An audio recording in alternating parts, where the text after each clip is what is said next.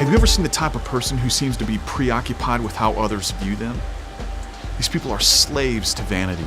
We all are to some extent vain, but these people take it to an unhealthy end. Everything they say, do, buy, wear, eat, or drive, every place they go, every function they attend, is all about and is driven by the perception of others. How will people look at them? How will people think of them? They obey all the rules in the game of success and popularity to the detriment of their relationship with others and with God. This type of living can carry over into our spiritual life, and eventually our relationship with God becomes an effort to try to impress Him by doing and saying the right things. In Matthew 23, we see Jesus, and He's having a meal with the religious leaders of His day, and they have this complicated ritual for dining. And Jesus ignores all of their rules. One of these religious leaders notices that Jesus doesn't wash his hands in the right way, and he points it out to the others. So Jesus responds to them by saying, "You religious leaders, you clean the outside of the cup, but the inside of your cup is filled with greed, evil, and selfishness.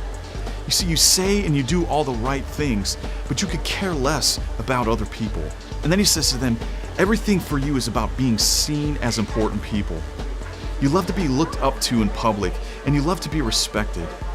You love to have the best seats where everyone can see you." He goes on and says that everything for you is about your image and appearance. It's about how other people view you. And then he likens them to this. He says, "You guys are like unmarked graves that people walk over without even knowing it." So Jesus essentially tells the religious leaders of his day that they're spiritually dead, and they don't even realize it. How many of us are spiritually dead and we don't even realize it? Our outward appearance, our image looks great, but inside we're dead. One of these leaders speaks up and says to Jesus, "Hey, you're insulting us." And Jesus looks at him and he says this. He says, "It's people like you that are destroying individuals spiritually."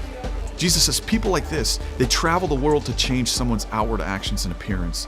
They give them an image makeover with a set of rules. They end up making a convert. But in the end, they've made that person twice as much a son of hell as they are. God says of people like this in the book of Isaiah, He said, "These people honor me with their lips, but their hearts are far from me." But here's the danger. You can have it all put together on the outside and still be lost on the inside. Sometimes we need to stop and ask ourselves, why do we do what we do? And who are we doing it for? Does our outward appearance reflect our inward image? Are you more concerned with the way that people see you or the way that God sees you?